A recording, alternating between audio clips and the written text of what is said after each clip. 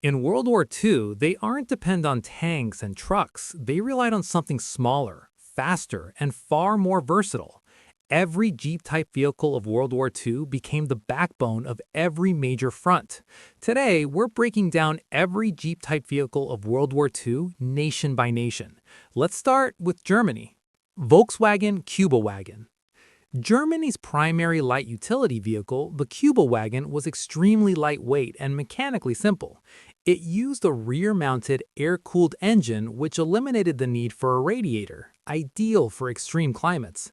Despite lacking four-wheel drive, its low weight and high ground clearance gave it excellent off-road performance. Volkswagen Schwimmwagen. The Schwimmwagen was an amphibious evolution of the Kübelwagen. It featured a folding propeller that could be deployed for water crossings. This made it invaluable for reconnaissance and operations near rivers, lakes, and coastal areas. Stoer R200. The Stoer R200 was a heavier German four-wheel drive utility vehicle. It featured independent suspension on all four wheels, providing good cross-country mobility. However, its mechanical complexity made battlefield repairs difficult. Horch 901. The Horch 901 was a standardized heavy utility vehicle used extensively by German officers. Its boxy, angular design housed radios, command equipment, and personnel. It served reliably throughout the war, but required more maintenance than lighter vehicles. United States. Willys MB. The Willys MB is the most iconic military vehicle of World War II.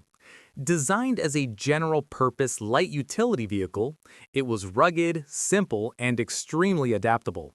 It served as troop transport, reconnaissance vehicle, ambulance, radio platform, and even a weapons carrier. Powered by a reliable 2.2-liter engine with four-wheel drive, the Willys MB defined what a Jeep was, and still is today. Ford GPW. The Ford GPW was mechanically and visually almost identical to the Willys MB.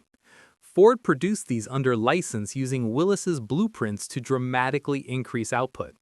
This partnership ensured the Allies had the sheer volume of vehicles needed for global warfare. Many GPWs can still be identified by Ford markings on individual parts. Ford GP. The Ford GP was an early prototype Jeep developed before standardization. Its name likely stood for Government Project. While it featured the recognizable flat hood and four-wheel drive, its design was less refined. Once the Willys MB proved superior, the Ford GP was quickly phased out. Bantam BRC-40. The Bantam BRC-40 was the original Jeep pioneer. American Bantam was the first company to successfully meet the U.S. Army's strict requirements for a light reconnaissance vehicle. Although Bantam lacked the manufacturing capacity to fulfill massive contracts, thousands of BRC-40s were still produced and served across multiple theaters. Willys MA. The Willys MA was the direct predecessor to the MB. It featured a column-mounted gearshift and a simplified instrument layout. Most MA models were sent overseas for battlefield testing, helping finalize the design that became the Willys MB. United Kingdom. Light Utility Vehicle, or Tilly. The British Tilly was the UK's closest equivalent to the Jeep. Compact and versatile, it was used for liaison duties, troop transport, and light cargo hauling. Though less capable off-road than the Jeep, it was reliable and widely used across all British fronts. Japan. Kurogane Type 95. The Kurogane Type 95 was Japan's primary light utility vehicle. Often considered the world's first mass-produced four-wheel drive car, it featured a rugged chassis and motorcycle-style fenders. Its compact size made it well-suited for jungle and island warfare in the Pacific. Toyota AK-10. The Toyota AK-10 was heavily influenced by American Jeep designs, particularly the Bantam. Produced in limited numbers, it represented Japan's effort to replicate proven foreign vehicles under wartime pressure. France. Laffly V10.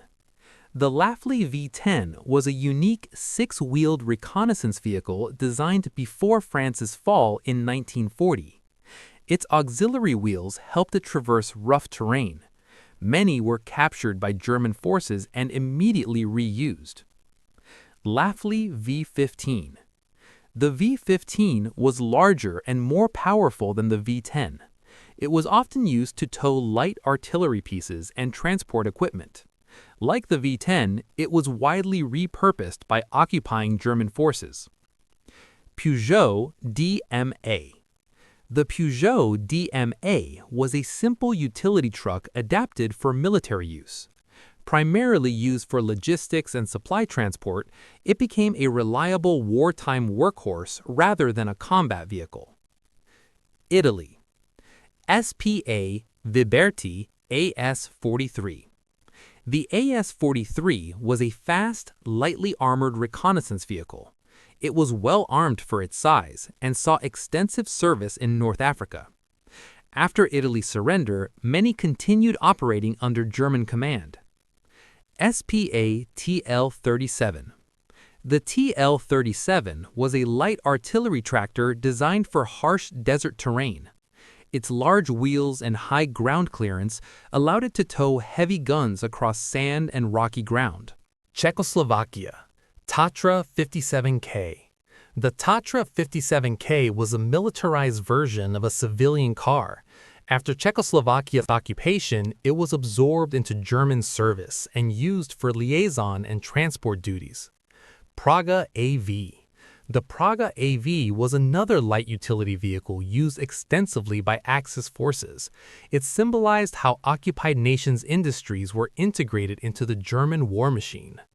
Canada. Chevrolet Light Utility. Built on a standardized General Motors platform, this vehicle served across the Commonwealth. It was easy to maintain, adaptable, and well-suited for harsh environments like the Middle East and Pacific theaters. Soviet Union. GAZ-64. The GAZ-64 was the Soviet Union's first Jeep-type vehicle. Designed rapidly under wartime pressure, it had a narrow track width that made it unstable on uneven terrain. GAZ-67. The GAZ-67 fixed those flaws with a wider stance and stronger suspension. It became the standard Red Army light utility vehicle during the latter half of the war. GAZ-67B. The GAZ-67B introduced further refinements to reliability and performance, so durable that it remained in service well after World War II ended. These vehicles weren't just transport, they were lifelines to World War II. From deserts to jungles to frozen roads, Jeep-type vehicles carried entire armies on their backs, small machines that helped decide the largest war in history.